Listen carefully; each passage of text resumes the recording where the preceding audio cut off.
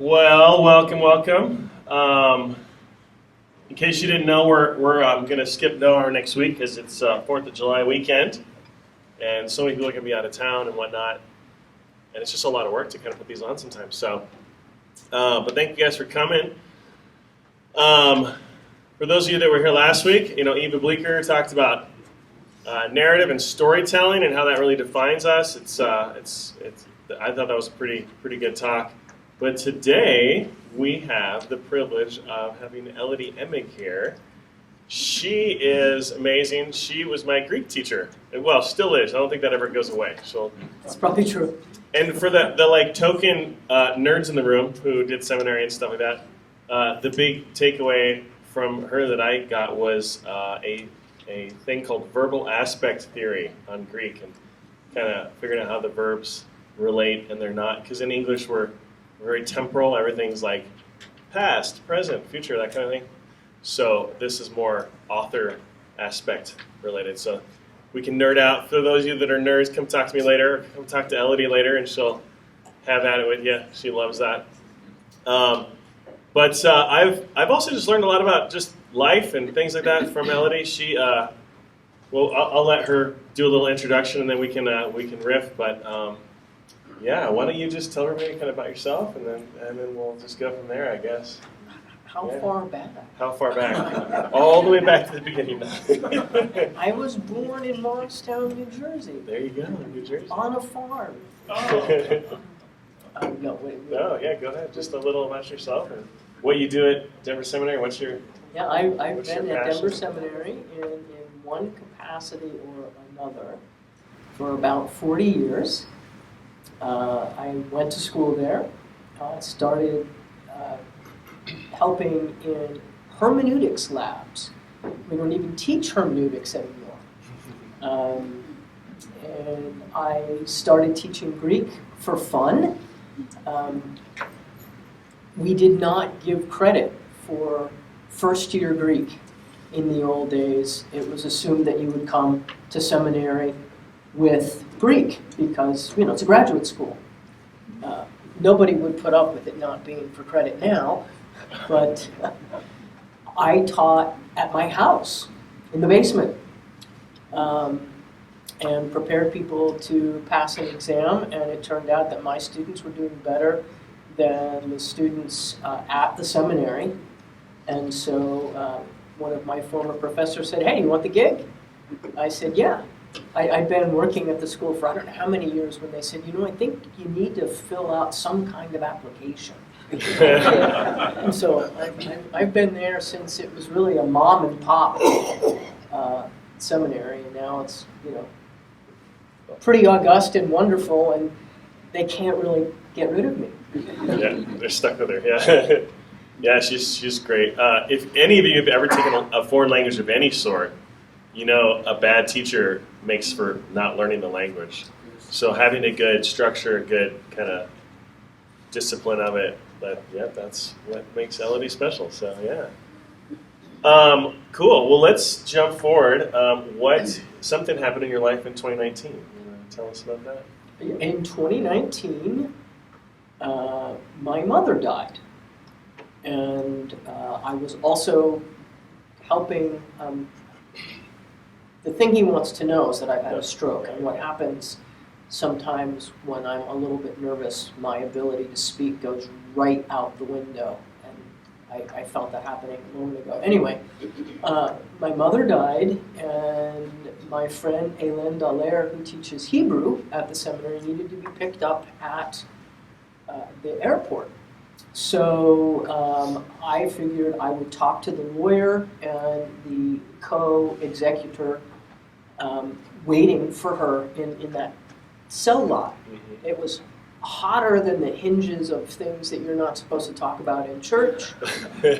And I think I had run, I don't know how many miles. Anyway, I was dehydrated. So by the time I went from the cell lot to picking up a Len, I didn't know how my phone worked anymore. I couldn't tell departures from arrivals, and I must have looked so awful. You know when you get out of the car and they're yelling at you and go back?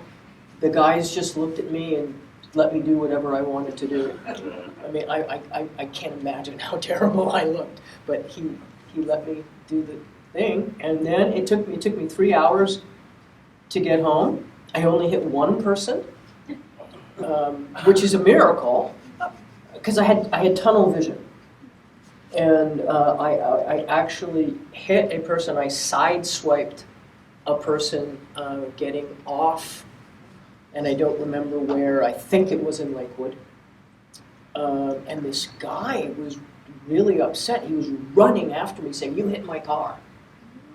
Because I had tunnel vision, I had no idea that I had hit his car, and he just freaked me out. So I kept going. So anyway, I was having a stroke throughout this entire period. By the time I got home 3 hours later, I was way past when you can take those drugs that make your stroke a little bit less awful. But apparently I got out of the house and got out of the car, and my son, who knew that I had never picked up Alen, they're all alert, and he walked up to, I'd had a TIA before, so Peter walked up to me and said, "Mom, are you stroking?" And I said, "Yes." I don't remember this at all. And then he wanted me to go to the hospital. I said, "No, I want to go to bed. Leave me alone. I want to go to bed." So he actually physically picked me up and put me in the car, which apparently you're not supposed to do to somebody who's had a stroke, but God protected him. So anyway, that was the beginning of and the fun of the stroke. By the time I was admitted, I went to Adventist Hospital, which I'm very near to. They took me to Swedish, which is much better for traumatic brain stuff. I had complete aphasia, which I was able to say because it comes from Greek. It's built in. It's deep in there. Yeah. They're like, you have aphasia. It's clear you. I didn't even know what a hammer was because they show you little pictures. I had no idea what a hammer was, but I knew how to say aphasia. So they clearly. They knew you were a Greek teacher. They had no idea what to do with me. But I don't know if you've ever seen any of those old medical films or television programs. But I was wheeled in. I couldn't talk. Apparently, I wrote because I couldn't talk, so I thought maybe I could write my friend Alen. And I wrote half Greek, half English. It meant nothing to me.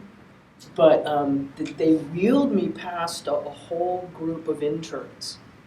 And I locked eyes with one guy, and I could tell that this guy knew I was toast. There was just something in his eyes that he was like, "Yeah, it's over for her." And I saw him towards the end of the week I was in the hospital. And I said, "Yeah, I'm the lady you thought was toast." And he said, "What?" And I explained, and he said, "You're kidding." So I was able to talk. Not well, but yeah, I spent the rest of the summer rebuilding my ability to communicate. And I would say at this point I'm probably 88% back. I will never have the vocabulary I once had, which has been really humbling, so God has used that for good. I'll never have the facility to write again, I don't think, that I once had.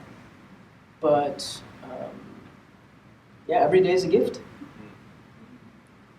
What do you think was helpful in your recovery for you? I know you talk a lot about your fitness and how that's been a Well, they said get in as best shape as you possibly can to recover. They did not know me. I went from kind of unable to walk to the seminary, which is 2 miles from my house, to running literally. And I am not a millennial, so when I say literally, I actually mean literally. I went to 20 miles a day. And at the point at which I said to myself, this is unsustainable, I had a heart attack. Literally, I had a heart attack the next day. But I was up to 20 miles a day. Now I'm back down to a kind of comfortable 8 to 10. But they think that that is a reason that I was able to recover. But I was looking at some of the questions. Recovery was actually quite easy for me because I knew I would recover. My pastor came and said, "You're going to be completely healed," which isn't true, but close enough. He doesn't know what my vocabulary was. Maybe he thinks I am. That's a bad joke. But anyway, I knew I was going to get better. What I have, it's not too bad today, I guess, because it's pretty cool. But I have debilitating arthritis in my hands now. That's not going to get better. And my attitude is very different. Knowing that you're going to get better, even if you're not going to be completely better, is a totally different thing than saying, I have arthritis, I have Dupuytren's contracture, so my hands will never, ever be right again. That's a different thing. I mean, not much recovery on that. Yeah, I won't recover. I mean, I've done as much as I can. Coffee's good. It's anti-inflammatory. I've taken enough turmeric to turn yellow. Turmeric, excuse me. But yeah. So God and I have been having little conversations where I'm doing most of the talking about the difference between knowing that things are going to get better and realizing that they're not going to get better. And this is my life until whatever happens in the next stage. And I find I'm not liking it very well. How do you, in the knowing that you are not going to get better in certain areas, how do you cope with that, at least on a maybe theological level, or is it farming? Is that what does it? I am babysitting from my son's farm at the moment, which has not helped, actually. The two steer got out on Tuesday while I had a Zoom session teaching Greek. So that was loads of fun. I Have you imagine ever it storming tried to into catch? Have you ever tried to catch a cow. Yeah. I mean, they're only about this big, but they got to be a ton, right? Something like that, yeah. Yeah, they're like 1,000. I don't weigh a ton. That was So that was kind of. It's just been. It's been very lonely up there. My elder son just got married, and I've given him my house to live in because you know what rents are like around here, and his new wife. So I said I will go live with my younger son in Loveland with the 14 acres and cows, so that they can have a good shot at a marriage. What I did not really recognize was that I am homeless. In my heart, I'm homeless. I'm living with my son. I adore him. But it's not my home. I have left my home so that my kids can form a good, solid marriage, and I want it to be their home. My room is mine, and they're not allowed to touch that. But I want it to be their home, so I am finding myself homeless. And that really sucks. And at the same time, I mean, there are people all over the world who are truly, truly homeless. So that brings on the guilt of, hey, Elodie, you're not in Ukraine, for crying out loud. Look at all your blessings. So just the kind of back and forth. I don't know what your dialogue with God is like, but I learned a long time ago to be really honest with God because He knows everything anyway. I mean, you get it right on the test. He knows everything, so why try to hide from Him? So I don't.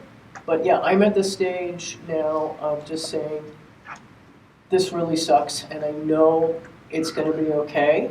I know that I made the right decision for my son's marriage.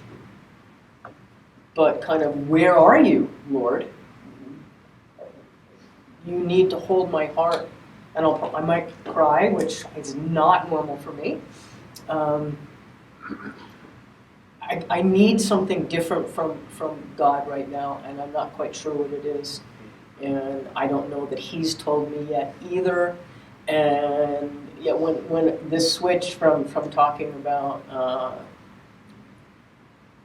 I work with a ministry called Where Grace Abounds, which deals with particularly people who are in conflict with their sexuality, often homosexuality. Been with them for years. But when Chuck said, let's talk about this instead of that, I thought, well, the turmoil I am living in right now is probably really good, because I can let you know exactly what it feels like not to be able to do what I've always done, not to be where I would really like to be, knowing that I've made the right decision, but it doesn't feel good yet. So, Yeah, what do you want to say to that? No, we can talk about that. How has that informed you or helped you in ministry with helping with folks at Where Grace Abounds now that you're like struggling with the homelessness thing and like, and maybe you can even riff more on that, like because I know a lot of people end up living with their kids or whatever, often later in life, and they probably have that same struggle that they feel homeless even though they're technically not, and you know, how does that? But then that tension of like, I want to be here, but I'm not. I'm over here. It seems like there's maybe some parallels there. So, I don't know, thoughts? Well, this is relatively new. Sure, yeah. And I have not done anything with Where Grace Abounds since I became homeless. Because it's been, what, 2 months or how long? Yeah, not very long. No, that's fine. Brain went. No, you're good. That's part of the struggle. Yeah. Repeat again the salient. So the homeless part, I guess we could start with that. How does that, like, what does that feel like? How does that, where did you come to that realization of where you felt homeless even though you have a place to sleep and with a roof over your head? What does that feel like? It kind of goes with the hands. It goes with it's not going to get better, because even though I'm still relatively young, I mean I'm 65. That's not dead yet. I'm still working.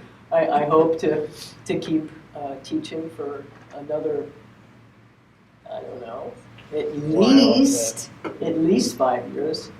But the combination of not being where I feel at home just brings death closer. And I know I'm probably pretty far. I'm hoping I'm at least 20 years. But the idea that things are not going to progress in the way of, I'm living with my family, but I'm the old lady. I don't think of myself as being an old lady.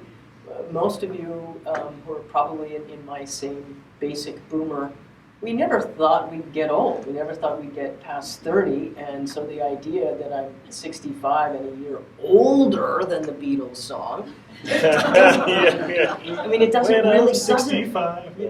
doesn't really compute. So yeah, the idea that I am the old lame mom is really freaky, because that's not how I view myself, but I know that's how they view me, and they're not being mean. My kids are great, but it's still your grandma. So anyway. How do you work? I don't feel vital anymore. Oh, okay. Well, you're vital in Greek, that's for sure. My goodness. Well, so because I mean, there is a change. Life changes. our kids become less reliant on us, and maybe they're still relying on us in their 30s asking for money, but then at some point, hopefully, they grow up to some degree, and then maybe you feel less useful. So how do you reconcile some of that? How do you wrestle with God in that way? Do you have any tricks, tools? I don't know. I don't have tricks or tools yet, other than just doing it. I mean, maybe at the end of the summer or beginning of next summer, I can come back and tell you what happened. I mean, I'm still at the initial stages of saying, this is what my life looks like. I don't think my attitude is very good yet, because I haven't really counted the cost.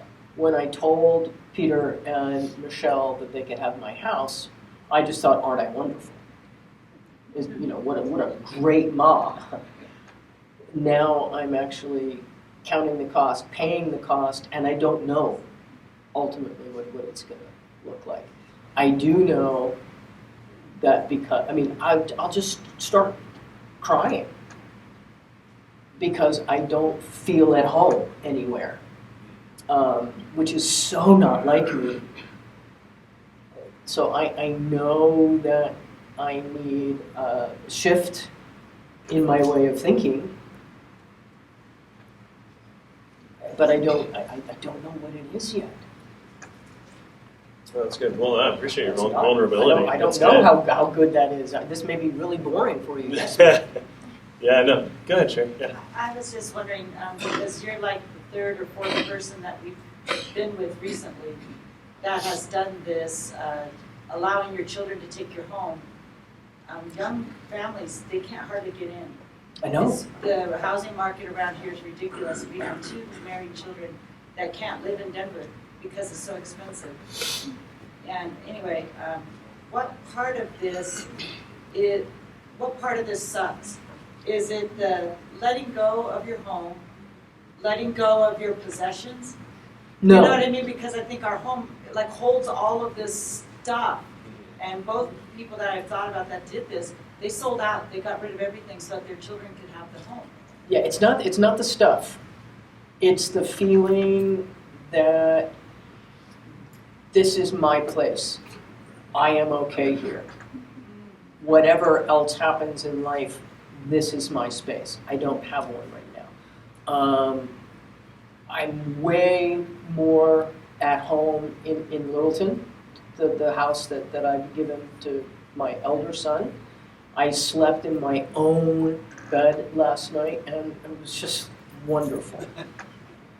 But yeah, it's not stuff so much as part of it is control, I guess.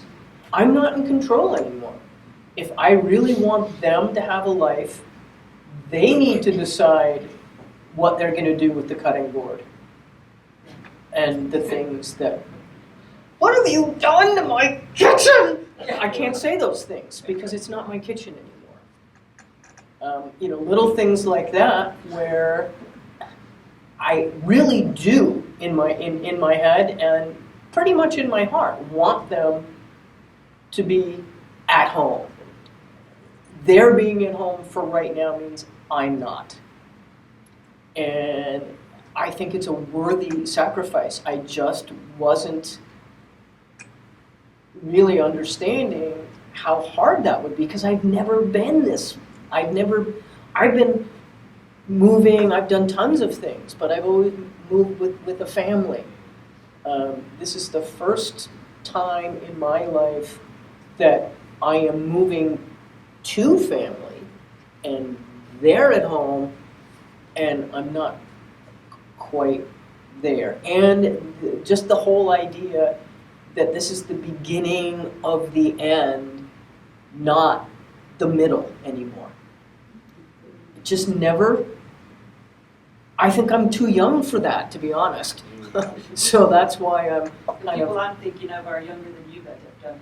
And Yeah. it's a thing. Yeah. It's a real thing that we need to look into. Yeah, and if the housing market doesn't shift, who knows? But I am glad that I was able to do this for them. I don't know, especially if you work at a place like Denver Seminary, with the pay of which, buys me at Seven least figures, I think, at right? least a pair of blue jeans a year.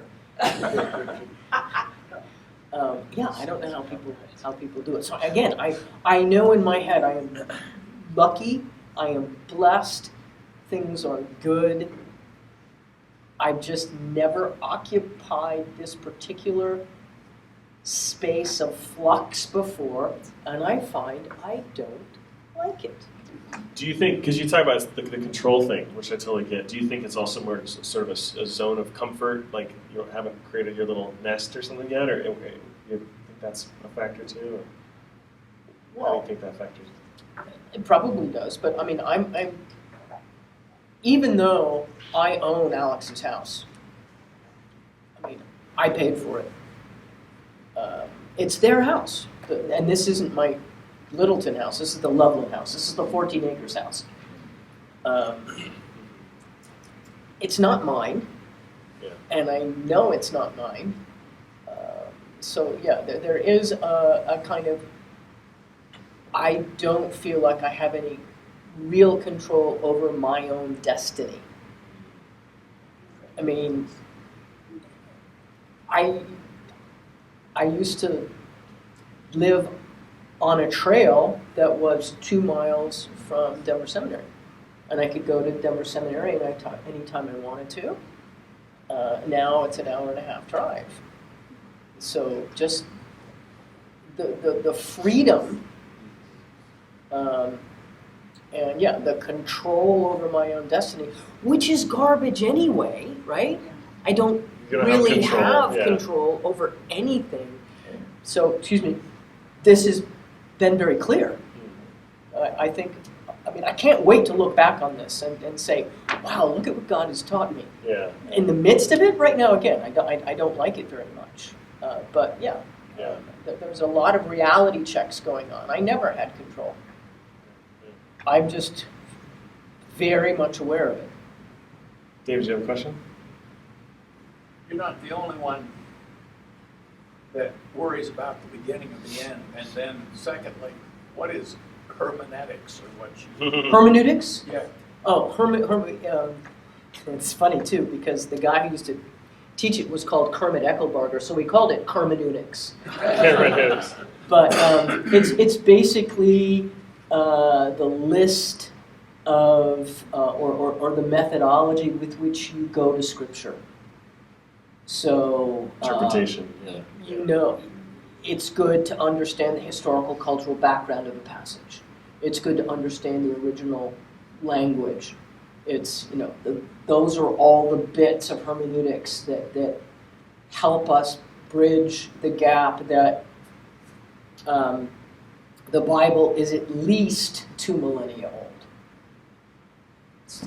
When we did, excuse me, when we did the How to Read the Bible for All It's Worth class, that was that's a hermeneutics book. Yeah. So, It's a good book too. It is a good book. Yeah.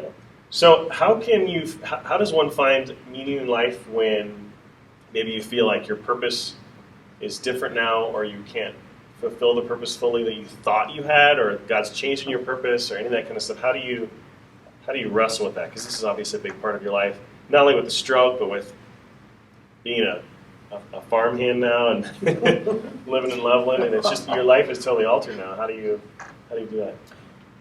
Again, I'm so sorry that I can't tell you the end of the process. Sure, yeah. Because I'm right in the midst of it. And what about just the stroke part then, at least? Right now, it's just telling God what's happening and really asking that He will show me what attitude I need, how I'm going to move forward. And I think probably because this is so new that I've guarded my heart well enough that if He's answering, I'm not listening yet. I'm just telling Him how I'm feeling. Okay. How do you? Let's dig into that then. How do you still yourself enough to hear God? What do you have any disciplines that you follow that help you to listen to God?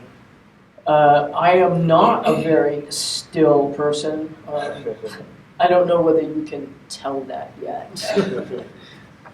So running really does help. If I'm exhausted, physically exhausted enough, I can generally, yeah. Running is my favorite time for praying.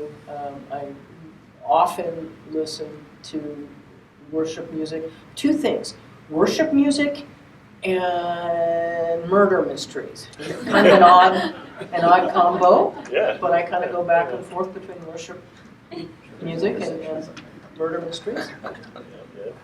But that's when I pray. That's when I let the world, let God in on what's going on. I've never been very good at listening prayer, and I've tried. I mean, I really have tried, but there's something's always going on in my head. Yeah. Yeah. Go ahead. So I'm interested in just being, I guess, at the age where I'm in the midst of it, in the middle of things. How has this new kind of chapter of your life and the experiences you've had recently, how's that painted how you, or changed, I guess, added a new lens to your past and how you view decisions you've made and what you've gone through beforehand, and just in light of where you are now, going on, okay, does that change how you view those things, or I do things differently, or whatever? No, actually, no. That's a good question. I don't have a lot of regrets. Probably because of where Grace Abounds. Different kind of recovery than stroke recovery. Sexual brokenness is another kind of recovery that I have been involved in for many, many years.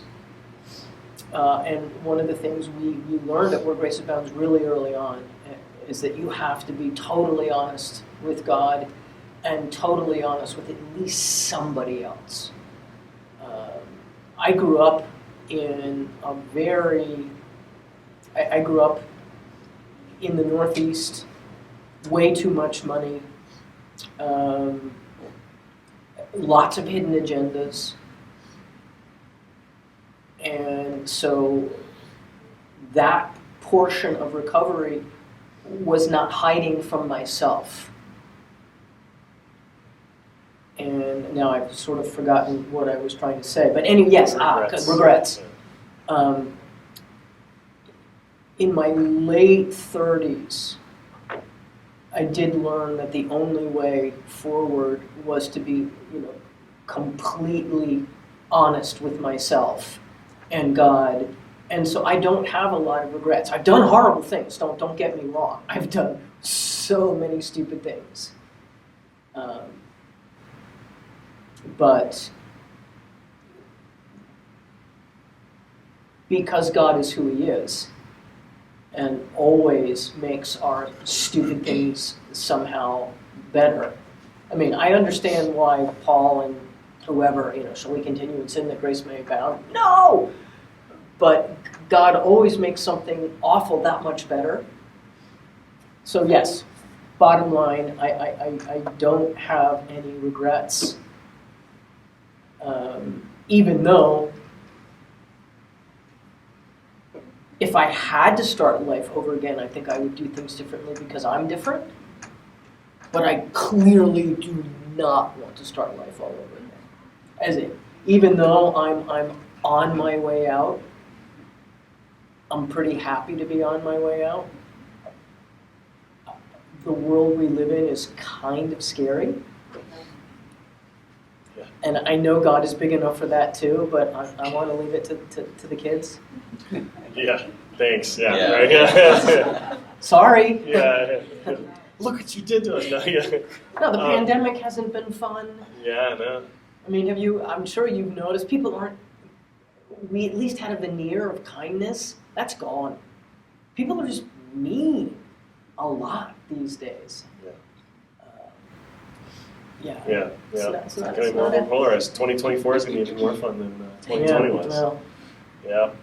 So I do want to touch a little bit on where grace abounds. We'll come back to that. I just had two quick questions I want to ask you. So, in your words, on your way out, how do you think one should prepare for death or the inevitable? Do you have any thoughts on that? Well, I'm not planning on dying in the next couple of years, but if you go by however many years, I'm on the last bit of the journey. Of course, assuming we can all get hit by a bus tomorrow too. So That's yeah, true. yeah. But in one of my quiet moments where God does get through, I could make stuff up as I go along, but I'm reasonably sure that God has told me that I will be around for the next 20 years or so, and I get to see lots of grandchildren. That was really good from the stroke, was to see my grandkids. Again, I'm at the beginning of this, so I'm not going to be giving as much in terms of teaching, although I hope I will. But I'm hoping that in this last leg of the journey, which I hope is a long leg of the journey, I will go from kind of active teaching to more. I've learned a lot. I hope I have some wisdom. So how can I be the most useful to my family, to the church that I'm going to be a part of? Because on top of everything else, the church that I had gone to for 20 years just disbanded. Our pastor was not replaced. He moved to North Carolina and just wanted us all, the church was called Unleashed. He wanted us all to be unleashed and be kingdom builders all over the place. So I'm trying to decide how, and I don't know how much of it I decide, but how am I going to be a kingdom builder in this new stage? Because as horrible as I think life is right now, with wars, rumors of wars, politics, guns, what a great time to be a Christian. I mean, if It's true. Yeah, Roe v. Wade, all that. yeah, I mean, whoever thought that would happen? And I will keep my politics to myself. But yeah, I want to be one of the reapers. There's a huge harvest out there for the kingdom. So yeah, how So would you say you're still as ministry-minded and kingdom-minded as you were in your younger years? Or more so? Oh, yeah. Or more so? maybe more so, because my pastor who just left, rather a prophetic guy, and he's generally right. We haven't needed to take him outside the camp and stone him yet. That's good. Yeah. It's a little Old Testament joke for those of you who found it amusing. For those of you who didn't, I'm sorry. I have a really Of course, you have to sense of humor. define stone in Colorado first. Yeah. Oh, that's true. Yeah. It's true. With rocks, not with marijuana. Oh, okay. He is absolutely convinced that there is going to be a revival, and at least 1 billion people are going to come to the Lord in the next 5 years. I want to be a part of it. I mean, even if he's wrong, I still want to be a part of.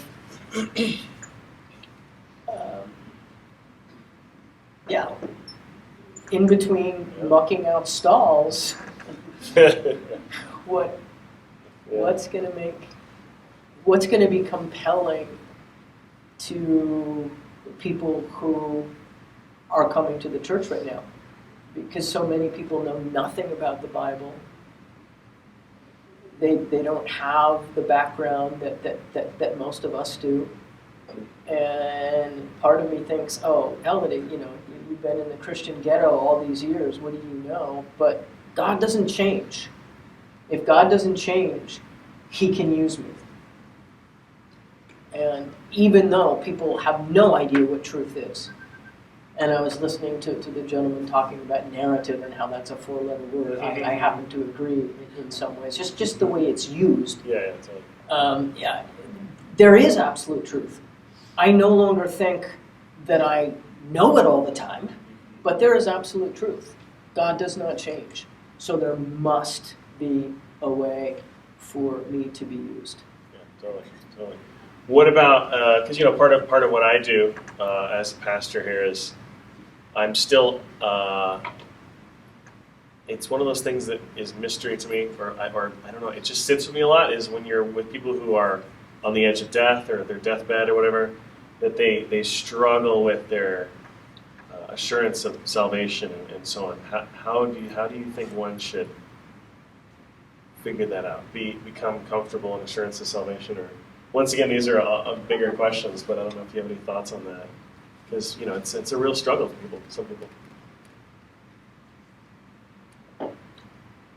My son's going to be a chaplain. I'm glad I'm not. Yeah, right. Just because I don't really have a lot of answers.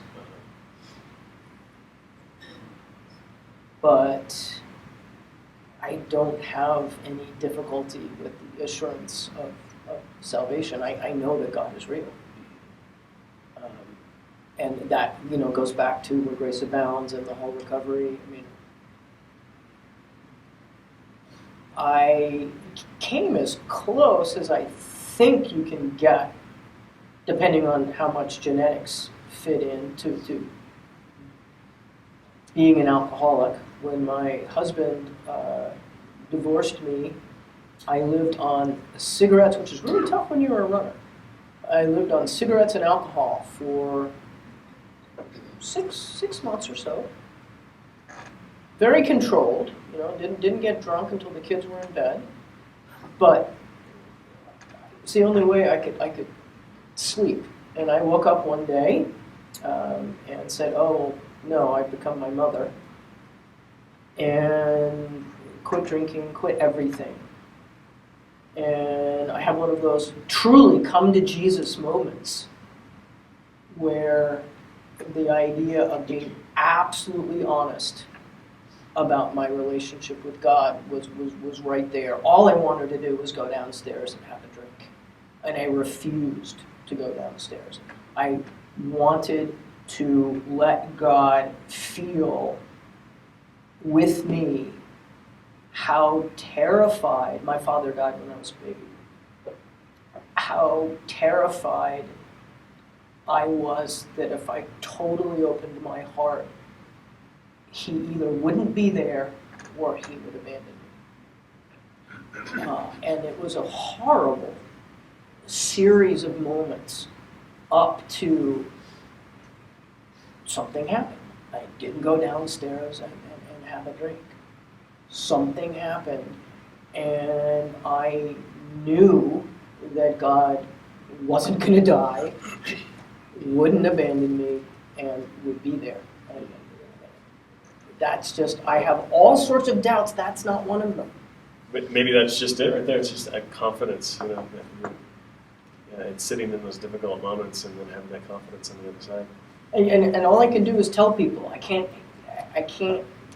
help somebody do it, but I can at least say that all of the things, and we all know what they are, our own internal defense mechanisms against being absolutely honest with God about what's going on.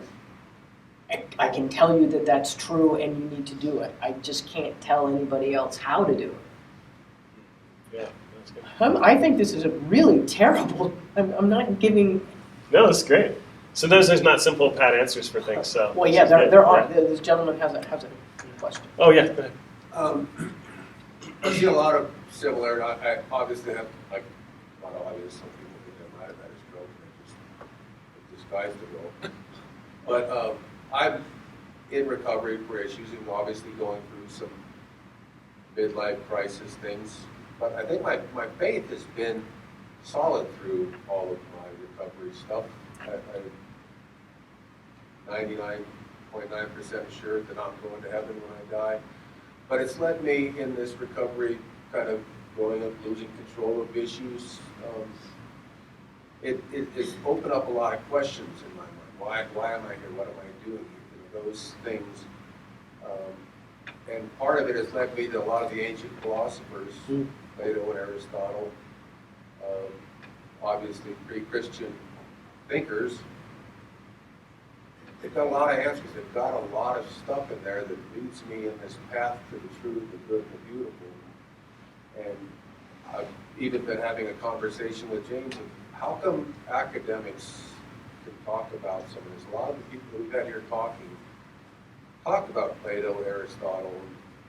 I said, James, how come you've never talked about these things? You don't have time to do that. But it's opened up a big conversation for us. And those guys that came along, they were obviously Gentiles. God had put some kind of general plan on their life, didn't give them any specific plan for salvation until Jesus came along. But how reliable do you think those, obviously you teach Greek, so you've got to be familiar with Plato and Aristotle, are the thoughts and the wisdom that those guys have, are they giving me good, solid, pre-Christian foundation to add to my knowledge that I already have with Christ? Yes, as long as you say pre-Christian, yeah. Yeah, I have no doubt in my mind that Plato and Aristotle would have come after that in the timeline. They would have probably been smart enough to say, hey, Jesus was the way. Yeah, I mean, I believe that all wisdom is God's wisdom. All truth is God's truth.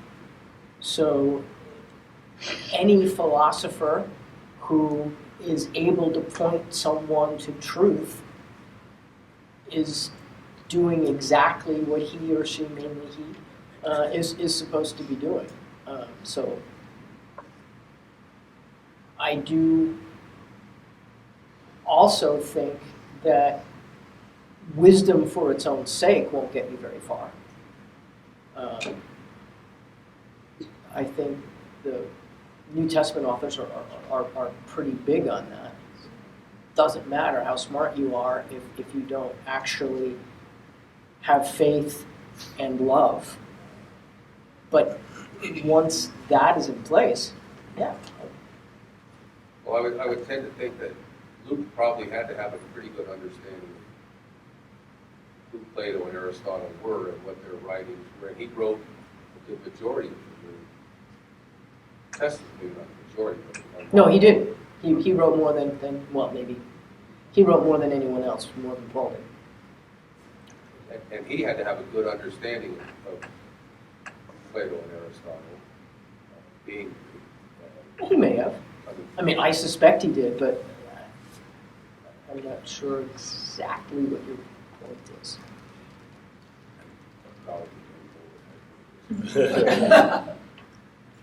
Still searching for answers, I guess. Yeah, it's good. Well, I mean, I think Luke would say, I found the answer. He did.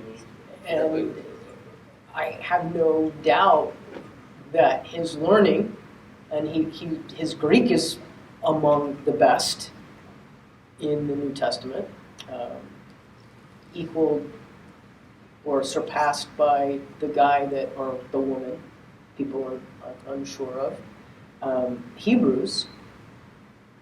So there's no doubt he had a true education, but for him, it culminated in recognizing that without Christ, wisdom will get you to hell. I mean, Paul riffs on that too. Even the philosophers of his day, he'd riff on them as like pointing to truth, but not quite there. I mean, it doesn't take long to study philosophers to realize they're all just lost in the sauce. They just and whatever but yeah, again, if they can help you get to the sauce, though. Totally, yeah. Got to get that sauce in the spaghetti though, eventually, yeah. So, well, we have just a little bit of time. Can you just do sorry for the time limit now, but just touch briefly on Where Grace Abounds, what work it's doing, possibly how we could even get involved in that, or whatever, all that good stuff with Where Grace Abounds. Where Grace Abounds Yeah. is a ministry that we started out as a ministry to people who struggle with homosexuality. Very quickly grew beyond that to anyone who had any kind of problem with sexuality or relationships. The idea of Where Grace Abounds is that we appropriate God's gifting for our relationships and sexuality, wherever that takes us. You may or may not be aware of the Exodus movement. That was an ex-gay movement for a number of years. We were initially involved and then left because the Exodus movement was very political, and we didn't want to be political. We just wanted to offer a helping hand. The person who started Where Grace Abounds is a Quaker, and she is not gay. Most people who start ex-gay ministries are ex-gay, and they're definitely not Quakers. So everything Mary has done has been by consensus. And yeah, we have never been very political. We still get along with lots of people after Exodus folded. You may be aware that Exodus kind of wrote an apology to gay people everywhere saying we lied and that you can't change, which is, by the way, not true. But we have managed to get along with people who are happy to be gay, people who are in conflict with their sexuality, because again, our idea is how should each person appropriate God's gifting for them. As an organization, we believe that God's best is not homosexuality or same-sex attracted behavior, but we will deal with anyone from pretty much anywhere. Is there anything that we can do to get involved in or help Where Grace Abounds? I'm imagining. I mean, Where Grace Abounds has a Thursday drop-in group. It's always nice to have family and friends come along and be just loving arms. When I thought that what we were going to talk about was that, my basic attitude towards all things, probably all things, is how do you love somebody? It doesn't matter whether they're gay, straight, all the crazy things now. I'm not sure how many genders there are, which I find kind of amusing personally, because I'm old, right? But it is really important to take every human being you meet before the Lord and say, how do I love this person? Regardless of what they think is truth or how they experience their sexuality. I think we'd all get this right on the test too. God is omniscient. He knows what we're thinking. And God came to save sinners. So the idea that you have to take care of all of your sin before you can become a Christian is ludicrous. So why not just love people the way they are and assume that the Holy Spirit will convict of truth, that the Holy Spirit will convict sin. That's not my job.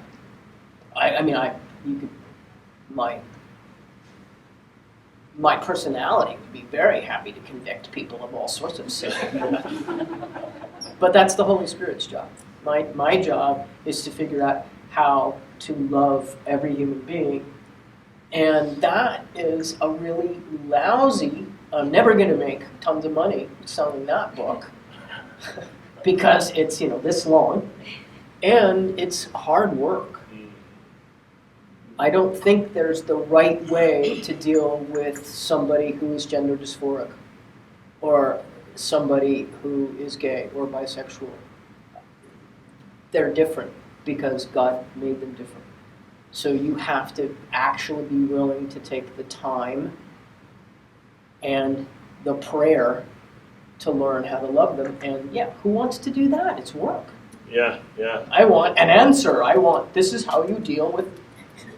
It's true. No, I always think there's a spectrum. There's the just let everything in, and then the other side of the spectrum is just moralize everything, black and white everything. Yeah. But it's much harder to sit in that middle spot and listen, right? Listen Yep. to people and learn their story and see if you can help them and be there with the Holy Spirit as they convict. So that's true. That's good. Questions real quick, and then we have about 5 more minutes, so go ahead. Yeah. So, is there meetings then for ones that are struggling with their sexuality through Grace Abounds, and where is it located and what time? Okay, it used to be at Corona Press. I think they might have finally moved because Corona Press has moved. It used to meet on Thursdays at 6, and you had to come to an orientation. So if you're interested, what you should do is call them or go to the website, wheregraceabounds.org, and say, this crazy lady from the seminary came, how can I get involved? And the lovely staff, Mary, Scott, and Roger, I'm sure would be happy to plug you in if they can and you want to. You say it's from whatever in between. So if one was struggling and they feel like God has convicted them of that, but they still are having a hard time with that transition, it's all.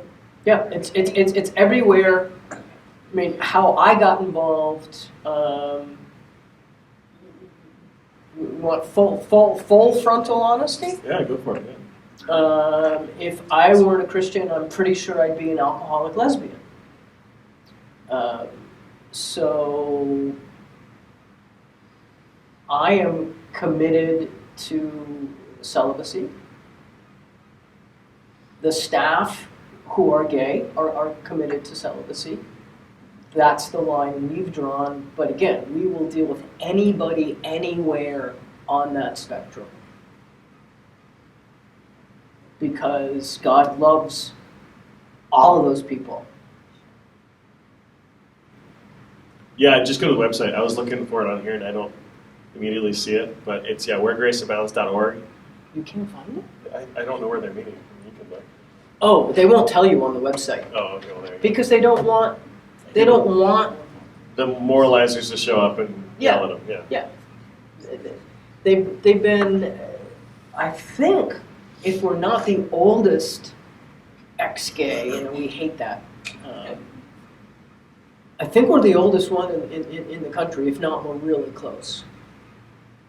And again, we don't want to deal with politics. We don't proselytize at gay bars. We want to be there to help and love people. Good. You have any book recommendations on any of this stuff we've been talking about?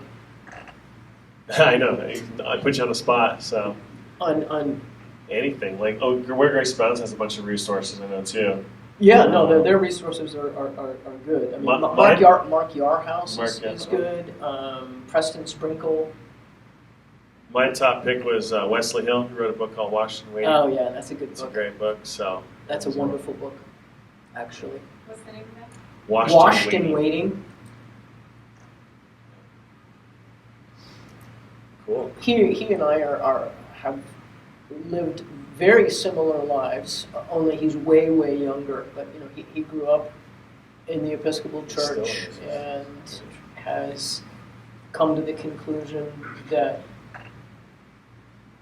his relationship with God will not allow him to act out on his homosexuality, hence washed and waiting. And it's a different perspective because he's a man. Rosaria Butterfield yeah. has written a very similar book for women. Because here, part of my old binary thinking, men and women are different. So experience homosexuality very differently. I'm trying to remember her big book. Something like the surprising. Yeah, the surprise. This is where the stroke just. Oh, I can't even remember. I can't. But I used to be able to tell you just about anything. Oh, here we go. The Secret Thoughts of an Unlikely Convert. That's it. Rosaria Butterfield. That's a killer book. Killer book. Yeah. I don't know. Given the age of violence we live in right now, it's a really good book. It's not killed anybody. Oh yeah, yeah. Cool. Well, any last minute questions, anybody, before we head out here? So, once again, we could be here all day. There's lots to talk about, but thank you guys for coming. So, cool. Well, once again, thanks, guys, and we'll see you downstairs in about 25 minutes. And love you all. Thanks for coming, and let's give it up for Elodie. Thanks, Elodie. Thanks. Appreciate it. All right. Have a great day, guys. I hope something was meaningful to you. Absolutely.